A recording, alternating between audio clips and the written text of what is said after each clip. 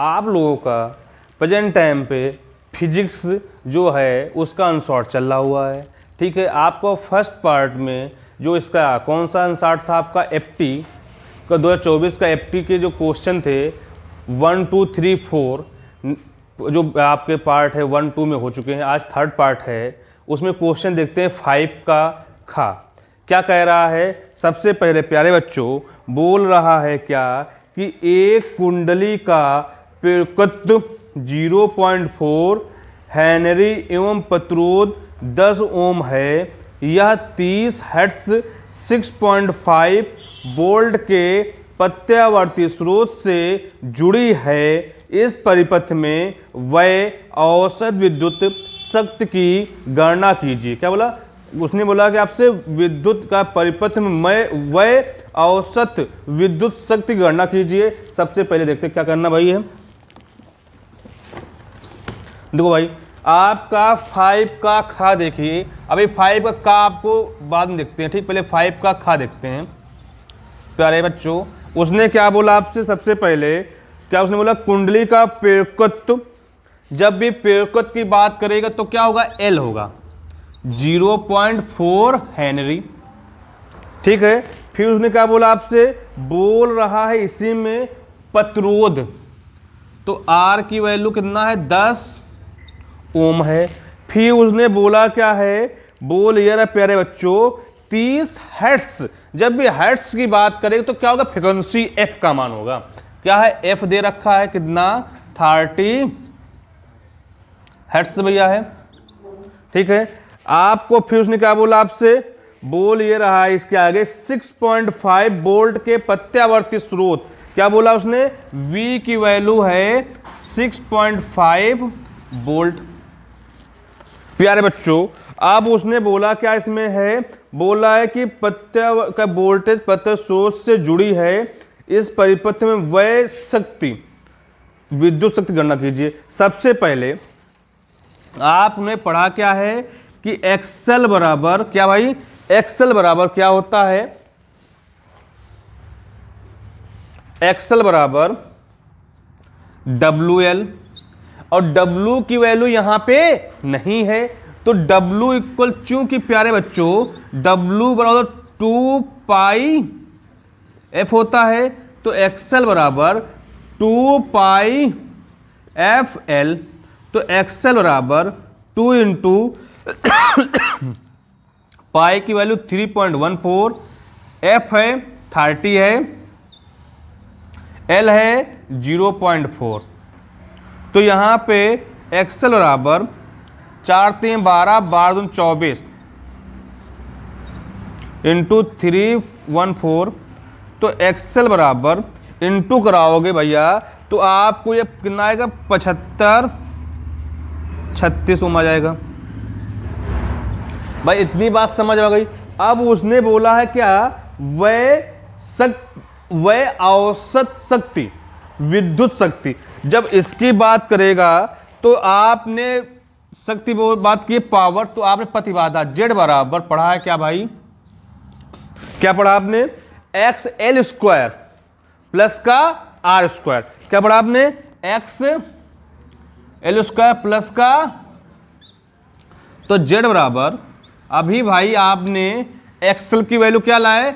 75.36 का whole square, are कितना है? 10 है का होल स्क्वायर, तो Z बराबर रूट में कितना भैया? तो 75.636 का होल स्क्वायर निकालोगे, इसको इंटू कर तो आपको होगा 56,5679 पॉइंट, लिखोगे यहाँ पे 1296 और 10 का स्क्वायर 100, तो Z बराबर तो रूट में क्या लोगे यहाँ? 5779,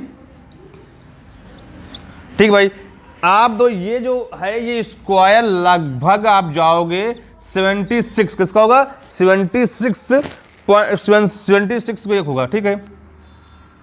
इतनी बात हो गई। अब उसने बोला क्या है? उसने इसमें बोला है ये शक्ति की गणना कीजिए, तो आपने शक्ति गुणांक की बात की है।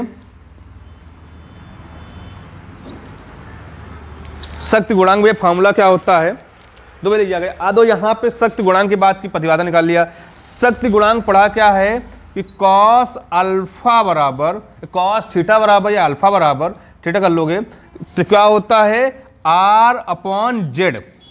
तो कॉस अल्फा या कॉस थीटा आपका आर की वैल्यू 10 है, जेड कितना 76 या थीटा इक्वल, तो इसको लिख लो कोई दिक्कत नहीं, ठीक है। अब उसने बोला है औसत शक्ति,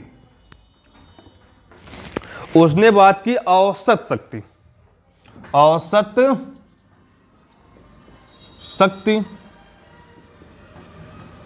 तो भाई आपने फॉर्मूला पढ़ा क्या है, P बराबर पावर होता है, P बराबर क्या V नॉट आई नॉट, क्या पढ़ा है भैया V not I not cos theta, क्या है V not I not cos theta. अब यहां पे प्यारे बच्चों सबसे पहले अब यहां पे V नॉट दे रख कितना है 6.5, क्या है V नॉट बराबर, अब इसको लिख सकते हो, ये भी क्या लिख सकते हो, या आप फॉर्मूला 1.2, तो 1.2 इंटू V नॉट की वैल्यू है 6.5 इंटू आई नॉट क्या होता है बताओ भाई, आपने पढ़ा है V नॉट आई लिखा बोला है ना, तो प्यारे बच्चों I बराबर चूंकि लिख सकते हो I बराबर क्या होता है V अपॉन R, या I not equal V not upon R। तो यहां पे P या लिख सकते हो, इसका वैल्यू क्या है यहाँ पे V नॉट, या लिख सकते हो I इक्वल V नॉट कितना है 6.5, R कितना है 10 है।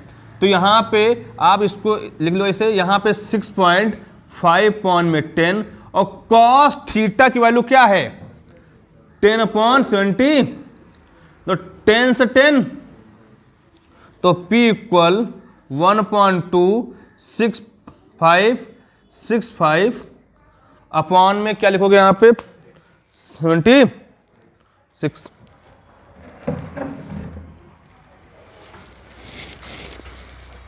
आई पे जेड भी कर सकते हो, यहाँ पे जेड कर लो, यहाँ पे 76 जेड कर लो, यहाँ पे प्रतिबाधा जेड कर लो, यहाँ पे आई नॉट है, तो यहाँ पे 76, तो यहाँ 76, यहाँ 76 इंटू 76, तो यहाँ पे इंटू 10, तो यहाँ P इक्वल 1.2 इंटू 6 इंटू 6.5 कितना होगा बताइए आप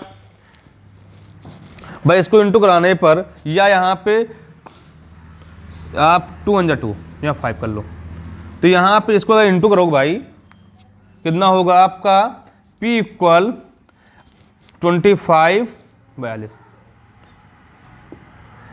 यहाँ पे इंटू 5 76 इंटू 76 कितना होगा मालूम भैया आपका 11552।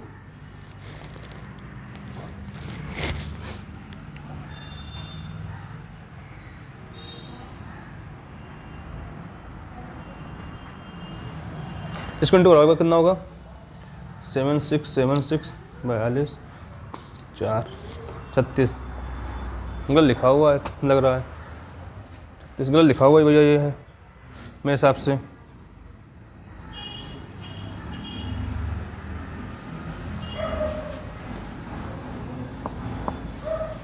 तो P इक्वल लिखोगे 6.6 इंटू 10 अपॉन में 2 इंटू 76, तो इसको इंटू कराने के, तो यहाँ P इक्वल यहाँ पे 4225 10 अपॉन में कितना हो आपको आया ये ठीक है, इसको यहाँ से हटा दोगे 1 2, तो यहाँ पे P इक्वल 12 14 15 5 10 11, यहाँ पे 0, तो इसको अगर डिवाइड करने पर क्या आएगा P इक्वल, आप डिवाइड करोगे ना तो डिवाइड करने पर भाई आपका आएगा ये 0.036, भाई बात समझ में आई या नहीं आई? दो जो क्वेश्चन है फिर समझ लो क्या कह रहा है भाई। दो बहुत अच्छा क्वेश्चन है, कुछ नहीं करना था।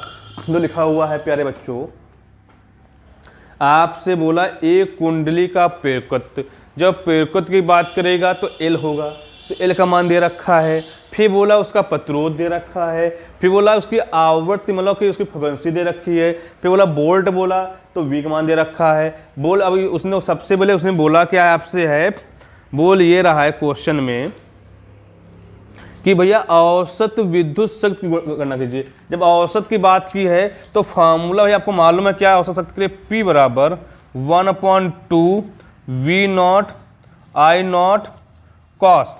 जो कॉस होता है, कॉस को मालूम क्या है, जिसको कॉस जहाँ थीटा लिखते हैं ना तो इसका R/Z की वैल्यू मालूम होना चाहिए, या आपको यहाँ कॉस थीटा की वैल्यू, तो आपको ना यहाँ पे V0 ना दे रखा, V0 मतलब क्या एक्सेल नहीं दे रखा है, तो ये आपको तो कुछ भी नहीं दे रखा है यहाँ पे, वो आपको निकालना पड़ेगा। ठीक है, सबसे पहले आपको क्या करना है, उसने बोला क्या है एक्सेल वाला क्या होगा तो WL हो जाएगा, तो W है नहीं तो 2πf लगा दोगे, यहाँ से एक्सेल निकाल लोगे। फिर उसने बोला यहाँ प्रतिबाधा Z वाला, तो Z बराबर रूट में एक्सेल स्क्वायर प्लस का R स्क्वायर हो जाएगा, उससे आपको प्रतिबाधा निकल आएगी। फिर शक्ति गुणा निकल आएगा, तो कॉस थीटा बराबर R/Z, R क्या प्रतिरोध है, Z क्या प्रतिबाधा है। फिर औसत निकालो P बराबर half V0 I0 cos theta, तो V0 आपको दे रखा कितना 6.5। और बोला I0 क्या होता है, जब बोला I इक्वल V/R होता है, यहाँ प्रतिबाधक बात कर रहा है तो I0 इक्वल V/Z हो जाएगा। भाई कॉस थीटा वैल्यू दे रखा है क्या, आपको ये निकाल लिया हमने, रख के क्या कर लेना सॉल्विंग कर लोगे। ठीक है प्यारे बच्चों, इसको नोट कर लीजिए, आगे देखते हैं गा नंबर क्या कह रहा है इसका।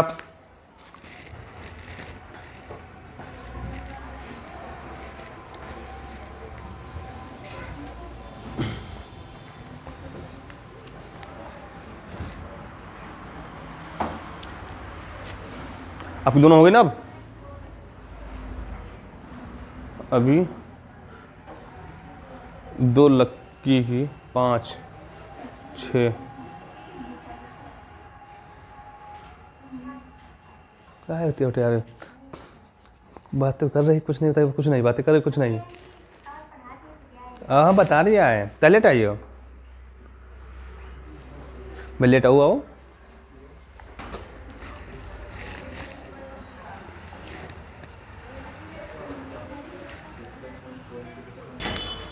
पहले बच्चों लो क्वेश्चन क्या कह रहा है आपसे, कह रहा है मैक्सवेल के विस्थापन की धारा की व्याख्या कीजिए, और उसने बोला इसी में तथा इसका समीकरण लिखिए। समीकरण लिखना था, समीकरण लिखिए, क्या इसके एवं चलन धारा के बीच कलांतर कितना होता है। क्या है कि मैक्सवेल की विस्थापन धारा की व्याख्या समय के साथ परिवर्तित विद्युत क्षेत्र के कारण उत्पन्न धारा को विस्थापन धारा कहते हैं। उसने बोला कलांतर बोला है, विस्थापन धारा और चलन धारा क्या बोला है, धारा के समान कला में होते हैं। क्या होते हैं, क्या है विस्थापन धारा और कौन चलन धारा किसमें होंगे, समान अवस्था में होते हैं, उसे हम कलांतर कहते हैं। ठीक, आपका हो गया गा नंबर, आप उसको नोट करिए, फिर घा नंबर देखते हैं।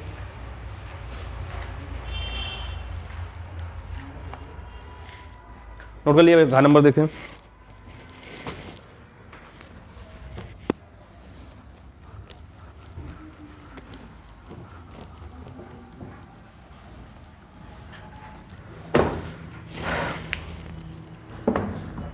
प्यारे बच्चों आप तो क्वेश्चन बोल क्या रहा है, कह रहा है 5 का घा कि प्रकाश का व्यक्तीकरण क्या होता है। ये तो रिपीट क्वेश्चन है पिछले वाले का। फिर उसने बोला क्या है, सुपोषी क्या है, यहाँ पे सुपोषी व्यक्तीकरण था विनाशी व्यक्तीकरण को दर्शाइए। सबसे पहले लिखा गया व्यक्तीकरण क्या होता है, जब समान आवृत्ति की 2 प्रकाश तरंग, क्या है 2 प्रकाश तरंग जो मूलतः एक ही प्रकाश स्रोत से क्या हो आ रही हैं, या एक स्थान से चलती हैं, वहां से आ रही हो या वहां से चलती हैं, एक से चलती हैं, तो माध्यम के कुछ बिंदुओं पर प्रकाश की तीव्रता क्या होगी अधिकतम, तथा कुछ क्या होगी बिंदु पर न्यूनतम तीव्रता होती है। प्रकाश तरंगों की इस घटना को क्या कहते हैं? प्रकाश का विकिरण कहते हैं। प्रकाश फिर लगा संपोषी विकिरण, संपोषी विकिरण वाले स्थान पर दो तरंगों के बीच कलांतर शून्य अथवा पाई का समगुणज होता है। पाई का समगुणज अथवा कलांतर लिखते हैं फाई से, तो फाई बराबर 0, 2 पाई कामा 4 पाई कामा डैश डैश डैश दे रखा होगा, होना चाहिए। अथवा इस स्थान पर दोनों तरंगों के बीच पथांतर क्या होगा? शून्य अथवा क्या होगा? तरंग दैर्घ्य का पूर्ण गुणज अर्थात dx बराबर 0, 2 लैम्डा कामा 3 लैम्डा डैश डैश होना चाहिए। फिर क्या बोला आपसे? विनाशी विकिरण क्या है? विनाशी वाले स्थान पर या विनाशी विकिरण वाले स्थान पर दोनों तरंगों के बीच पाई का विषम गुणज अथवा फाई बराबर फाई कामा 3 पाई कामा 5 पाई होना चाहिए। अथवा इस स्थान पर दोनों के बीच पथांतर λ/2 का विषम गुणज अथवा dx बराबर क्या? λ/2 कामा 3 λ/2 कामा 5 λ/2 डैश डैश होना चाहिए। आपका 5 का घा नोट कर लीजिए। इसका ये अथवा वाला भी देखते हैं, पहले इसको नोट करिए फिर देखते हैं इसका 5 का घा का अथवा वाला।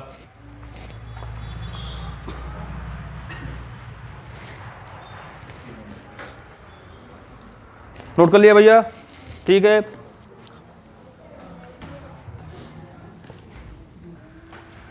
प्यारे बच्चों, आपका अथवा वाला क्वेश्चन ये कह रहा है क्या प्रकाश के ध्रुवण से क्या तात्पर्य है? पोलैंड के सिद्धांत, उसका सिद्धांत क्या है और उसका उपयोग, उसके दो उपयोग लिखने हैं। सबसे पहले प्रकाश का ध्रुवण, जब साधारण प्रकाश को टुरमिलिन क्रिस्टल पर डाला जाता है तो निर्गत, उससे निकलने प्रकाश, निर्गत प्रकाश में विद्युत वेक्टर के कंपन, मतलब जो आपको देखा होगा इसे मोबाइल जब कंपन करता है, कंपन सीमित होकर केवल एक ही दिशा में रह जाता है। तो ऐसे प्रकाश को समतल ध्रुवित प्रकाश कहते हैं। कहते समतल ध्रुवित प्रकाश कहते हैं। तो इस क्रिया को प्रकाश का ध्रुवण भी कहते हैं। समतल की बात करेगा तो लिखा क्या है उसको, तो इससे जो प्रकाश निकलेगा उसी को क्या कहते हैं? को समतल ध्रुवित प्रकाश कहते हैं तथा इस क्रिया को प्रकाश का ध्रुवण कहते हैं। पोलराइड ध्रुवता पर आधारित एक ऐसी युक्ति है जिसका उपयोग समतल ध्रुवित प्रकाश, क्या समतल ध्रुवित प्रकाश उत्पन्न करने के लिए किया है, तो मतलब कि बराबर दिखने के लिए किया जाता है। इस उससे पोलराइड कहते हैं, पोलराइड का नियम कहते हैं, पोलराइड कहते हैं, पोलराइड का नियम कहते हैं, पोलराइड कहते हैं। पोलराइड का उपयोग सूर्य के प्रकाश से बचाने वाले समाज से, जब देखो कि गर्मियों के सीजन में सूर्य को देखो, आपको क्या उस देखने के बाद आपका आंखों में पीलापन आ जाना, उसके कारण। या आप देखा होगा जब किसी चीज को, जैसे कि जो लोहा होता है, लोहे को जब बिल्डिंग की जाए, उस पर जब बिल्डिंग की जाती है तो उसकी चमक देखोगे, अगर चश्मा नहीं लगा होगा तो वो आपको क्या है, उसके जो कण है ना आपकी आंखों में आएंगे तो वो आंखें क्या होती हैं, गड़ती हैं। इसीलिए क्या जाता है, क्या है, प्रयोगशाला में समतल ध्रुवित प्रकाश उत्पत्ति में जो उससे प्रकाश निकलता है हमारे आंखों से क्या है, टकराता है, उसको रोकने के लिए किसका किया जाता है प्रयोग? पोलराइड का नियम का प्रयोग किया जाता है।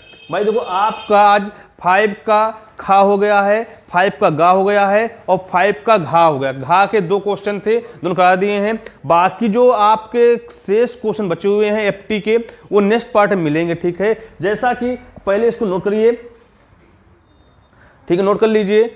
आप दो क्या करना है, सबसे पहले अगर आपको क्या है क्लास समझ में आ रही है तो इसको क्या करना है, आपको शेयर करना है अपने दोस्तों को, और क्या इसको लाइक भी करना है और क्या है सब्सक्राइब भी करना है। फिर उसके बाद अभी तो आज अभी 1 दिन के बाद आपको मैथ की भी अनसार्ड के कोर्स सारे सेट मिलेंगे। ठीक है, और जैसा कि अगर आपको हो सकता है केमिस्ट्री के भी अनसार्ड पूरा सॉल्विंग मिल जाए। ठीक है, और अगर भाई क्या है, अगर आपको क्या है क्लास अच्छी लग रही है तो क्या है इसको सब्सक्राइब कर लीजिए। आप लोग से अनुरोध है ठीक है। और आप लोग का रेगुलर क्लास में बने रहिए। जो आप लोग बातें करते हो, इधर उधर मटक रहे हो, मटकना बंद कर दीजिए, सामने देखिए। जो आपका मन भटक रहा ना, मन भटकने के लिए उसको रोकिए, एकत्रित रहिए, क्योंकि आपके पेपर के लिए बच्चे महीने बहुत ही नज़दीक हैं। आज 3 तारीख हो गई है, 3 जनवरी, आपके पेपर बचे हैं आज से मात्र कितने दिन, जो एक मतलब अब ज़्यादा 1.5 महीने बचे हुए हैं। आप लोग क्या है, इसको क्या करना है आपको, भाई पढ़ाई अभी से स्टार्ट कर दो, नहीं तो आपके नंबर बहुत ही कम आएंगे, जिससे आपको पछतावा होगा। तो आपको पछताने से अच्छा है कि पढ़ाई कर लीजिए, ठीक है। और यही क्या, अगर आपको क्लास समझ में आ रही है तो क्लास को करना है, अपने फ्रेंडों को शेयर कीजिए, और मिलते हैं नेक्स्ट पार्ट में। जय हिंद, जय भारत।